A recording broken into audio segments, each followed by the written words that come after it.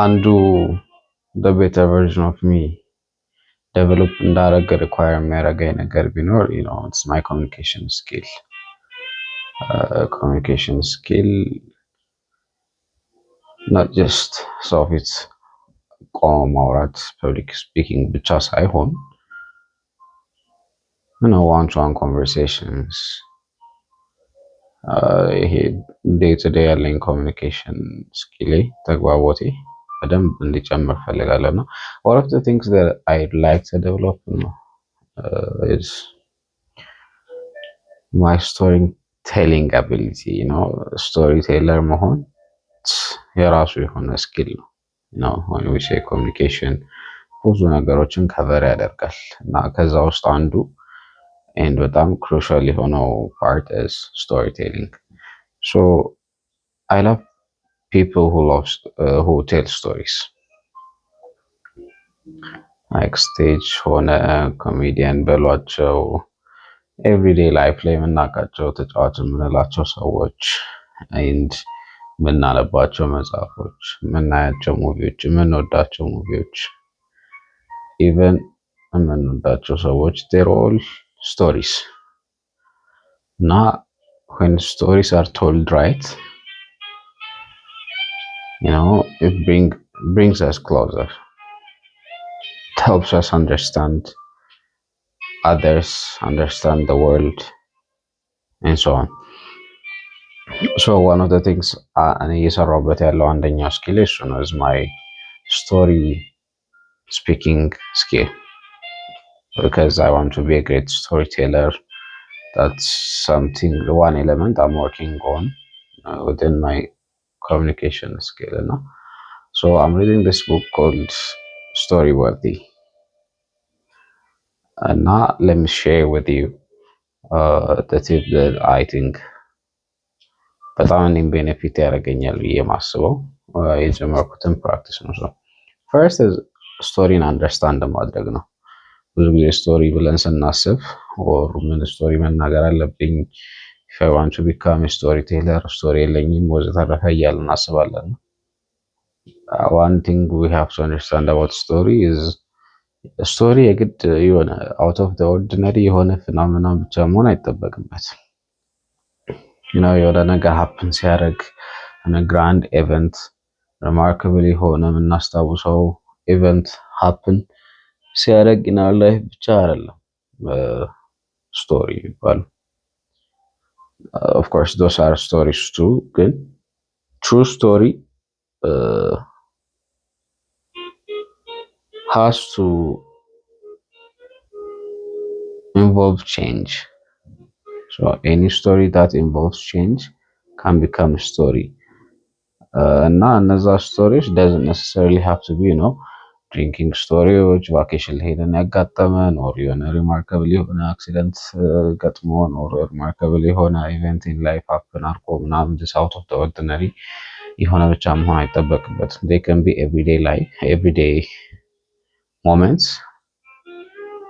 where they inspire change or where they account for change. So especially when we talk about our personal stories, they have to account for some type of change. change በጣም ትንሽ ሊሆን ይችላል ግን ከኤ ተነስተን ቢ ጋር ደረሰን ብለን ጆርኒውን ደግሞ in story form መናገር የምንችለው አይነት ነገር መሆን ይችላል። so when you think about that ሌሎች ሰዎች ሰምተው ያንን change witness ማድረግ ይችላሉ።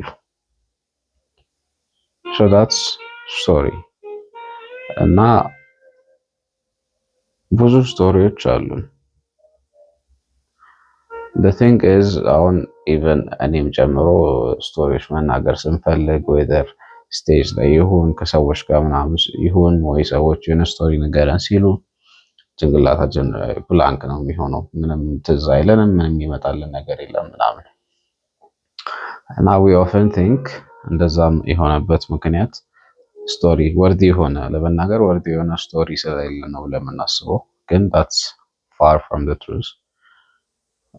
We just don't have the habit of observing our everyday life. Most of our days are filled with moments that can be turned into a story. We can observe ስለማናረግ አካውንት ስለማናረግ we feel like we don't have stories.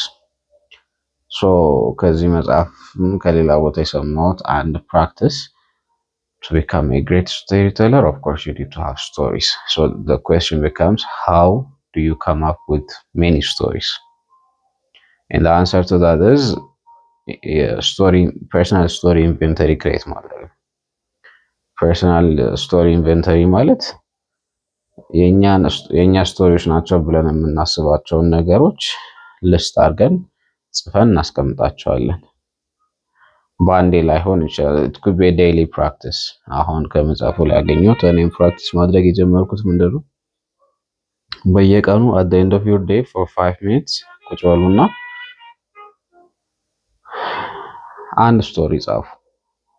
it doesn't have to be የሆነ አንድ ሙሉ ፔጅ ምናምን ዲቴል የሆነ ዳይሪ ምናምን ሳይሆን ሪፍሌክት አድርጎ ቀናችሁ ላይ ከዛ በኋላ take a moment ስቶሪ ወርዚ ነው ብላችሁ የምታስቡት or stand out ያደረገላችሁ ሞመንት or ደግሞ something you felt ፊል ያደረጋችሁበት ሙቭ ያደረጋችሁ አንዳንዴ ፍረስትሬሽንም ሊሆን ይችላል። it doesn't always have to be happy እና እሷን አንድ ሴንቴንስ ቢሆን ጻፏት። the point here is not to write a whole story but to capture those moments that have the potential to become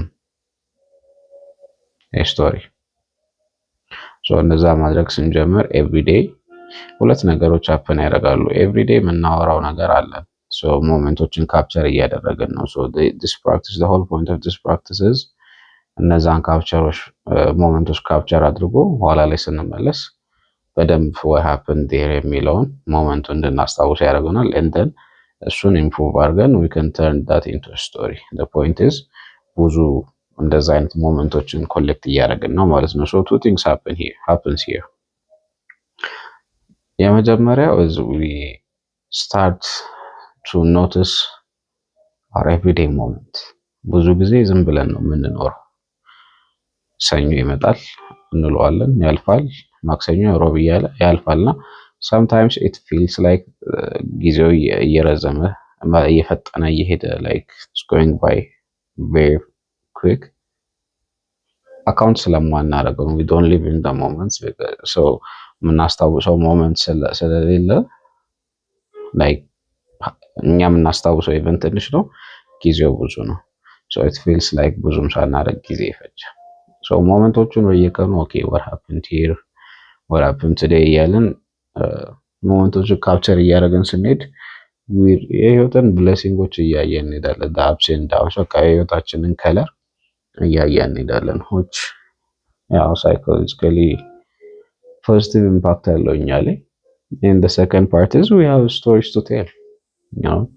ዛሬ ከሆነ ሰው ጋር ተጋጭታችሁ ምናምን ኋላ ስታስቡበት የሆነ ነገር ፊል አድርጋችሁ and then የሆነ ነገር እንድትቀይሩ ሪያላይዝ እንድታደርጉ አድርጓችሁ ሊሆን ይችላል፣ አስቋችሁ ሊሆን ይችላል፣ አናዷችሁ ከዛ የሆነ ፐርስፔክቲቫችሁን እንድትቀይሩ አድርጎ ሊሆን ይችላል። እና መንዴን የሆነ ሀሳብ ስታስቡ ጮን ያርጋችሁ ሊሆን ይችላል። it doesn't matter.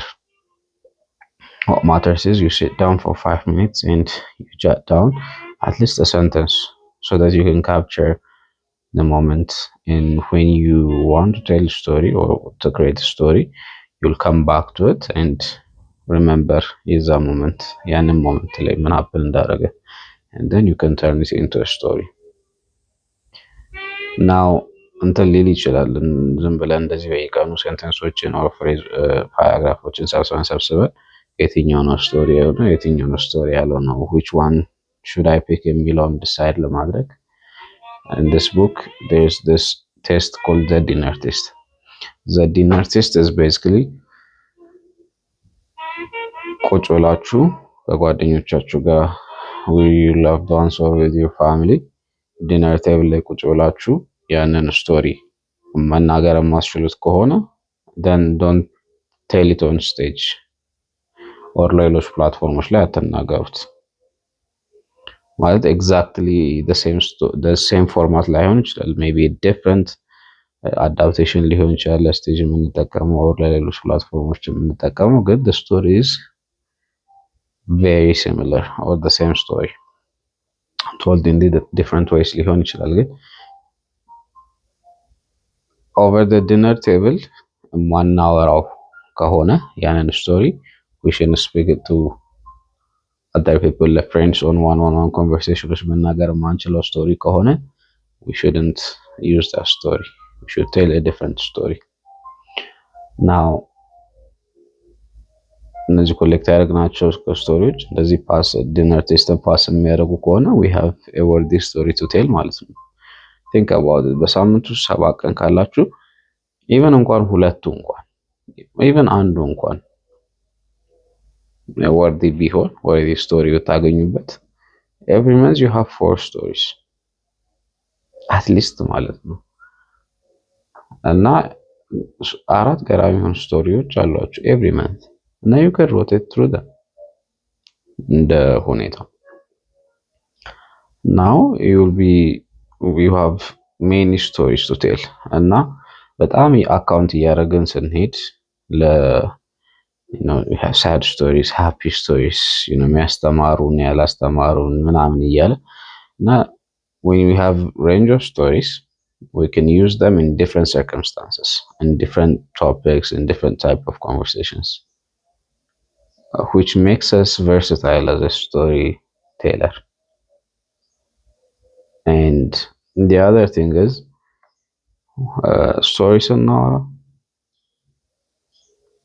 people are not interested in hearing about others stories ከኛ ሰዎች ከኛ ጋር ሲያወሩ ስለኛ ነው ማወቅ የሚፈልጉት እና sometimes we tell የሌሎች ሰዎችን ስቶሪዎች እንትና እኮ እንደዚህ አድርጎ ምናምን ግን people are in one-to-one conversations or in general our audiences, our friends are interested in our story እና we shouldn't be telling other people's stories.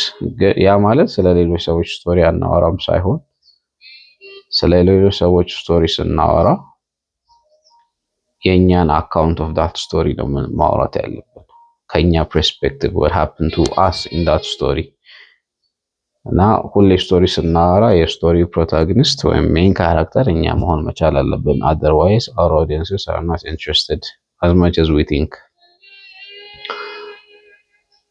Yeah, so accounting daily moments and capturing them to turn them into stories,